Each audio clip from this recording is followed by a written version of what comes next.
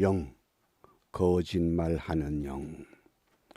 누군가가 거짓말을 하게 될 때 그 사람의 속에 거짓말하는 영이 그 사람을 움직이고 있다고 하는 것, 우리가 이것을 알면 그 거짓말하는 영을 쫓아버려야 됩니다. 이 거짓말하는 영이라고 하는 이 주제가 22장에 두 번 소개가 됩니다. 첫 번째 22절입니다. 함께 읽습니다. 여호와께서 저에게 이르시되 어떻게 하겠느냐? 가로되 내가 나가서 거짓말하는 영이 되어 그 모든 선지자의 입에 있겠나이다. 여호와께서 가라사대 너는 꾀이겠고 또 이루리라. 나가서 그리하라. 아멘. 얼마나 안타깝습니까? 모든 선지자 입에 거짓말하는 영이 들어가 있다고 합니다. 오늘 이 시대는 과연 어떤 시대인가? 우리가 과거 아합 왕 시대의 이 지난 역사를 통해서 오늘 하나님께서 우리에게 무엇을 깨닫게 하시는가? 다시 23절입니다. 함께 읽습니다. 이제 여호와께서 거짓말하는 영을 왕의 이 모든 선지자의 입에 넣으셨고 또 여호와께서 왕에게 대하여 화를 말씀하셨나이다. 아멘. 우리가 어떤 문학 작품을 읽거나 또 영화나 드라마, 연속극을 보게 될 때 그 모든 작품의 주인공의 특징이 하나 있지요. 그 특징이 무엇인가? 생각해 보셨나요? 이상하게도 주인공은 마지막까지 살아남습니다. 많은 주위 사람들이 다 죽어도 반드시 주인공은 살아 있어야 되는 것, 그렇게 생각해 볼 때 이 열왕기상 1장부터 22장까지 이 전체 흐름을 통해서 열왕기상의 주인공이 누가 됩니까? 그건 분명히 아합입니다. 열왕기상 16장에서 아합이 이스라엘의 왕이 됩니다. 그가 왕이 된 후에 3년의 이 가뭄과 기근, 그래서 선지자 엘리야는 17장에 보면 사르밧 과부의 집에 가서 그 얼마 남지 않은 한 끼 양식의 밀가루와 기름을 가지고 음식을 만들어 먹고 가뭄이 끝날 때까지 하나님의 보호를 받는 기적 같은 일들을 말씀하셨습니다. 그러자 드디어 때가 되어 18장에서 이 선지자 엘리야와 바알과 아세라 선지자들 850명을 모아놓고 이 시대에 누가 참 신인가? 과연 이 백성들에게 누가 참 신인가를 증거해 보이는 갈멜산 영적 전투가 벌어졌습니다. 그때 엘리야가 승리하지요.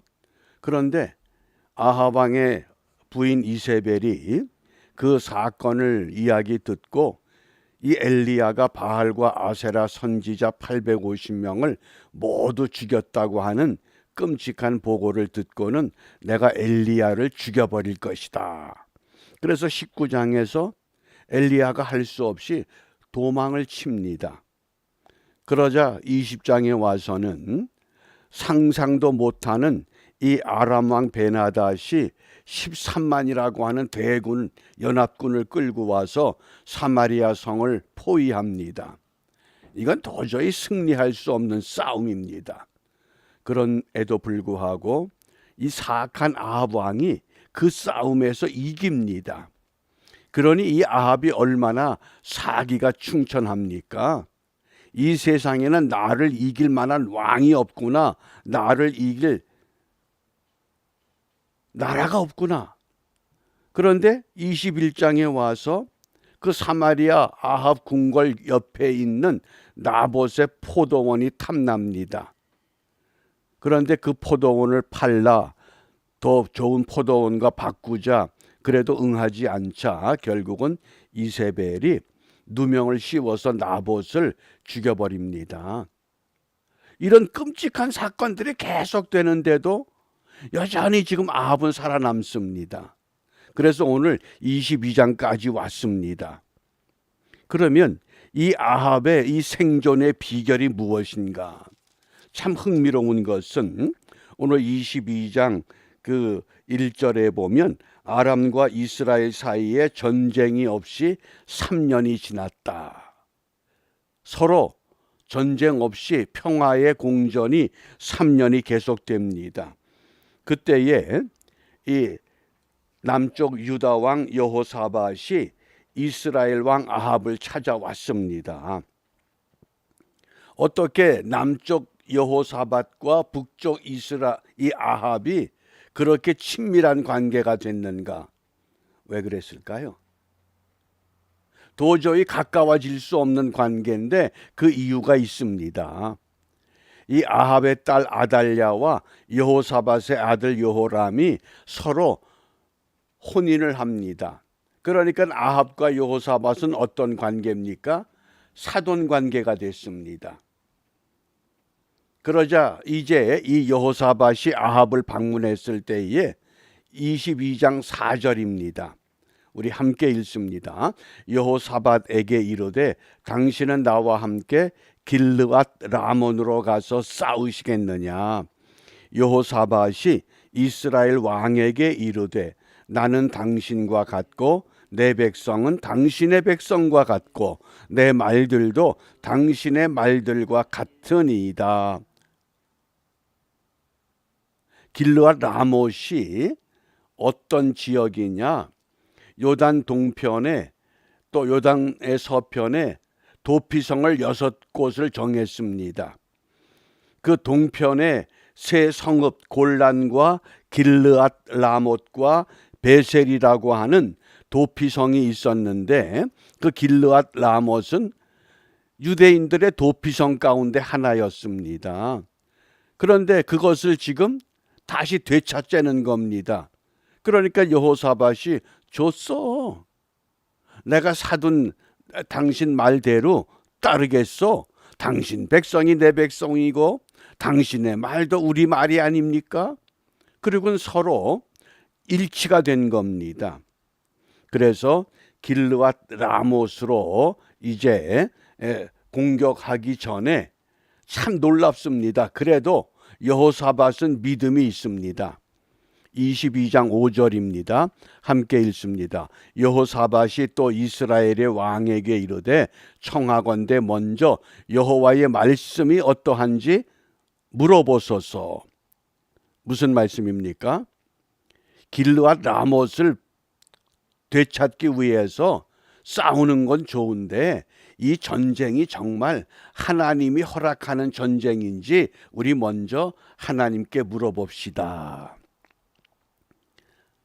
아합과 여호사밧이 사돈이지만은 여호사밧은 그래도 믿음이 있고 아합은 믿음이 없습니다. 그냥 승승장구하니까 이참에 가서 또 쳐부수자, 빼앗아 오자, 되찾자. 그런데 여호사밧은 그게 아닙니다. 하나님께 먼저 물어야 됩니다. 그러니까 아합이 선지자들을 불렀더니 400명이나 왔습니다. 400명의 선지자들이 이구동성으로 아합에게 올라가소서 하나님이 이기게 하십니다. 여호사밧이 아무리 봐도 이게 연극하는 것 같거든요.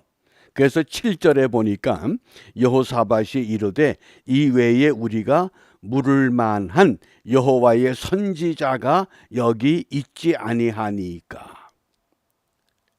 그런 선지자들 말고 여호사밧의 눈에도 그 400명의 모든 많은 선지자들, 그들이 하나님의 사람이 아닌 것처럼 느껴진 겁니다. 그러니까 정말 여호와의 선지자가 없느냐, 아합의 선지자 말고 왕에게 아부하고 권력에 아부하고 정권에 아부하는 그런 교회 지도자들 말고 쓴소리하는 여호와의 선지자가 없느냐. 그러니까 뭐라 그래요? 아합이 8절에 보면 재미나요. 이스라엘의 왕이 여호사밧 왕에게 이르되 아직도 이물라의 아들 미가야 한 사람이 있다. 정말 여호와의 선지자 같은 미가야가 하나 있습니다. 그런데 그 미가야는 내게 대해서 좋은 이야기는 한 번도 안 합니다. 전부 흉한 이야기만 합니다. 미가야라고 하는 이 선지자 이름의 뜻이 누가 여호와와 같으랴. 하나님 편에서 하나님의 진리의 말씀만 전하는 미가야입니다. 오늘 이 시대도 마찬가지입니다. 우리가 권력과 정권에 아부하면 우리의 삶은 잠시 편할 수 있습니다. 그러나 아닌 것은 아니라고 할 수 있는 이 여호사밧처럼 하나님의 음성을 듣고자 하는 다윗이 왜 유명한 성군이 됩니까? 그가 실패도 하고 실수도 했습니다. 그런데 다윗 주위에서 다윗을 깨우쳐서 당신이 이러이러한 건 잘못했어 깨우쳐 주었던 나단 선지가 있잖아요. 그 나단의 외침에 다윗이 회복이 됩니다. 그래서 다윗이 그 유명한 고백을 하잖아요. 나에게 정직한 영을 새롭게 하여 주옵소서. 그래서 다윗이 위대한 왕으로 세워지고 인정을 받을 수 있었다고 하는 겁니다. 그러니까 아합 왕이 미가야를 불러오라고 그럽니다. 미가야를 불러오면서 사신들이 미가야에게 이렇게 부탁합니다. 아합의 선지자들이 모두 이 전쟁에 올라가서 싸워서 이기라고 그렇게 이야기를 합니다. 심지어 시드기야라고 하는 이 선지자까지도 그렇게 이야기를 합니다. 그러니 당신도 그렇게 이야기를 하시오. 그래서 11절에 보면 그나아나의 아들 시드기야는 자기를 위하여 철로 뿔들을 만들어 가지고 말하되 여호와의 말씀이 왕이 이것들로 아람 사람을 찔러 진멸하리라 하셨다.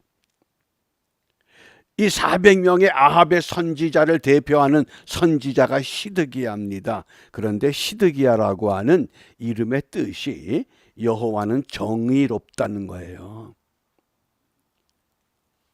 하나님은 정의로운데 거짓 선지자, 거짓말하는 영이 그 속에 들어가서 하나님의 정의, 하나님의 진실을 외치는 것이 아니라 왕에게 아부하는 예언을 합니다.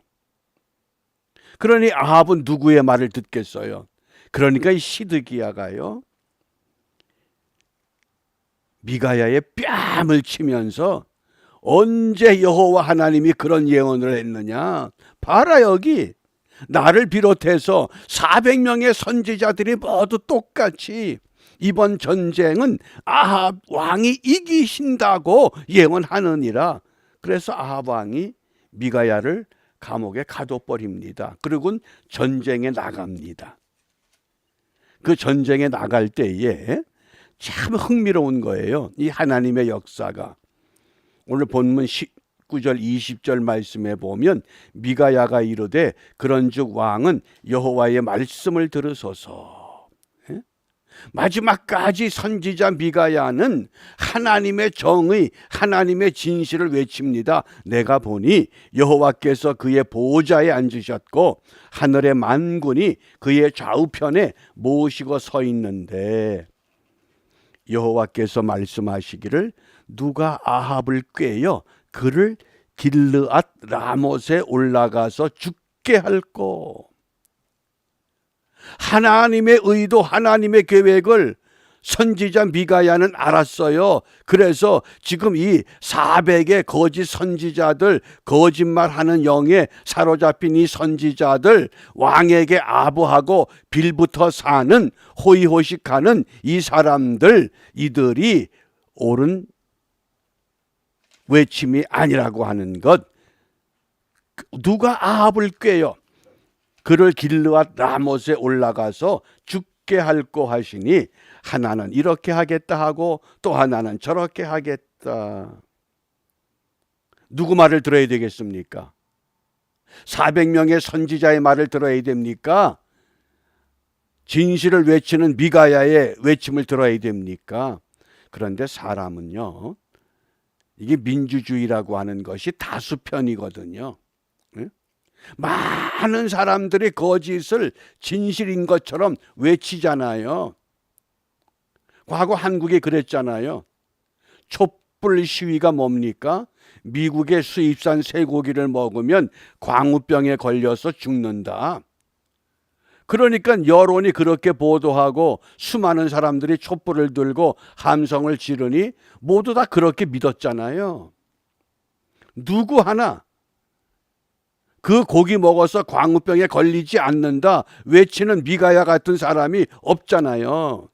그게 우리 현실이라는 거예요. 그러니까 참 이게 놀라워요. 아합이 이제 자신만만합니다.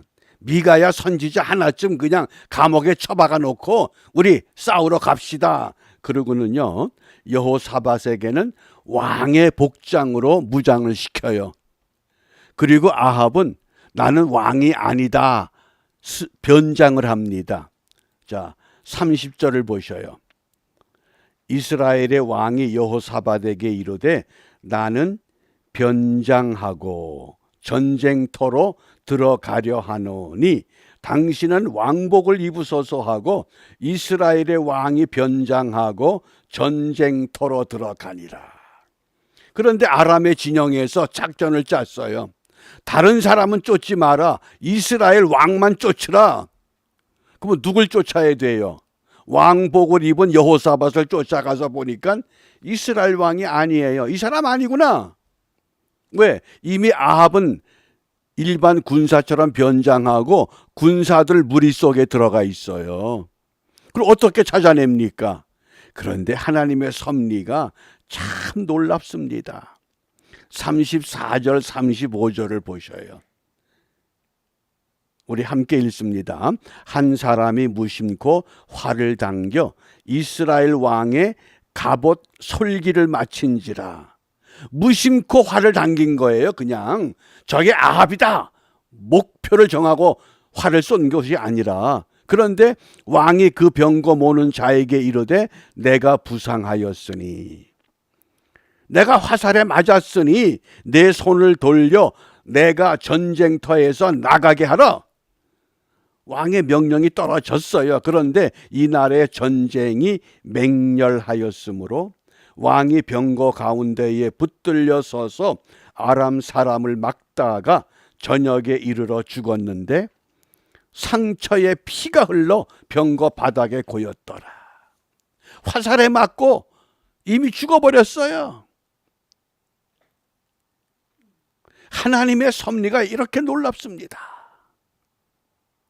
그러니까 끝까지 살아남은 열왕기상의 주인공 아합인데 그 아합의 결말은 뭡니까? 참 비참합니다. 비극적인 주인공입니다. 바꿔 말하면 우리가 우리의 일생을 살면서 나는 비극적인 신앙의 주인공으로 마무리 지을 것인가, 아니면 참 신앙의 주인공으로 내 삶을 마무리할 것인가. 이 아침 시간에 우리가 열왕기상 마지막 22장을 읽으면서 함께 생각하고 또 함께 결단해야 합니다. 내가 이제까지 어떤 길을 걸어왔던 어떤 삶을 살았던 내 마무리를 어떻게 지을 것인가. 아합처럼 살아보기 위해서 변장하고 이스라엘 군사의 모습으로 무리 가운데 들어가 있지만은 한 사람이 무심코 활을 당겨 이스라엘 왕 아합의 갑옷 솔기를 마친지라. 하나님은 끝까지 추적하시겠다는 말씀입니다. 그러므로 우리가 오늘 이 말씀을 읽으면서 무엇을 기도해야 될 것인가? 내게 어떤 신앙의 문제가 있을 때, 삶의 문제가 있을 때에 여호사밧과 같은 믿음의 사람이 내 옆에 있습니까? 하나님께 물어봐야 됩니다.